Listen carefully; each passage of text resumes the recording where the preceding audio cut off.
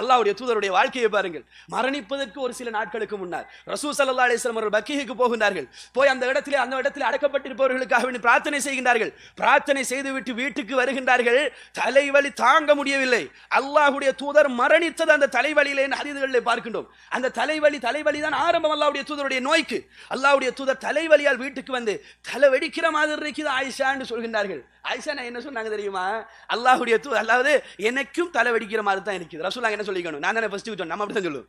நான் தானே உங்கள்கிட்ட ஃபர்ஸ்ட் சொன்னேன், சரி எனக்கு தான் இப்போ நீங்கள் பாம்பு கொண்டு வாங்க, உங்களோட தலைவலி போறவு தான், ரெண்டாவது தான் சொன்னீங்க. நம்ம வீடுகள் இருக்கும். அல்லாஹ்வுடைய தூதர் என்ன சொன்னார்கள் தெரியுமா? ஆறுதல் வார்த்தை சொன்னார்கள். ஆயிஷா, இந்த தலைவலியால் நீங்கள் மரணித்து விட்டீர்கள் என்று சொல்லி சொன்னார். என்னுடைய கையால் நான் உங்களை குளிப்பாட்டி கஃன் செய்து அடக்கம் செய்வேன் ஆயிஷா அப்படின்றார்கள் அல்லாஹ்வுடைய தூதர் ஸல்லல்லாஹு அலைஹி வஸல்லம். மனதுக்கு ஆறுதலாக பேசினார்கள் சோதரர்கள். ஆயிஷா நாயகி அதை புரிந்து கொள்ளவில்லை, அது இரண்டாவது விடயம். ஆனால் அல்லாஹ்வுடைய தூதருடைய அப்ரோச்மென்ட்டை பாருங்கள்.